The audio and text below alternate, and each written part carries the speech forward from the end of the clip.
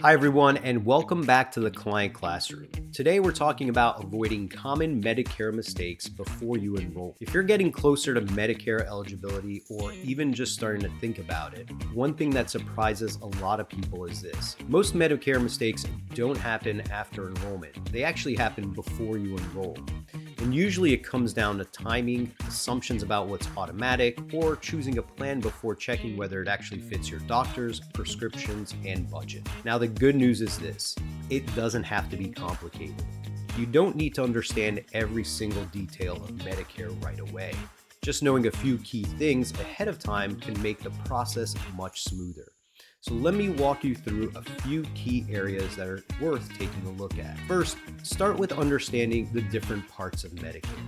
Medicare isn't just one program. Part A covers hospital care, Part B covers medical services like doctor visits, and many people also look at Part D for prescription coverage or Medicare Advantage plans, which bundle together several plans into one. One of the most common assumptions people make is that everything is automatic once you turn 65. But prescription drug coverage in particular is something you usually need to choose separately. And original Medicare doesn't cover everything, so many people also need to think about how they're going to fill those gaps.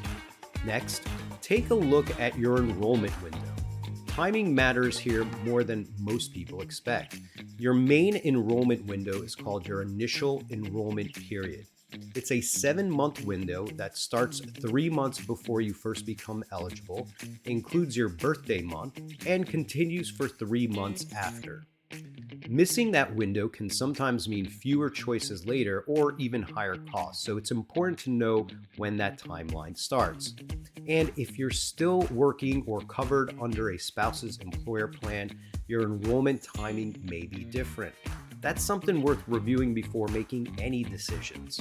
Now, from there, it's important to take a look at how a plan actually works for you personally. So before enrolling, take a few minutes to check the following. Are your doctors in network? Are your prescriptions covered? And what are the total costs? So not just the premiums, but deductibles and out-of-pocket expenses. And if you spend part of the year in another state, it's especially important to make sure your coverage works there as well. There's also one item people don't always realize ahead of time. If you're contributing to a health savings account, enrolling in any part of Medicare affects your ability to keep making contributions.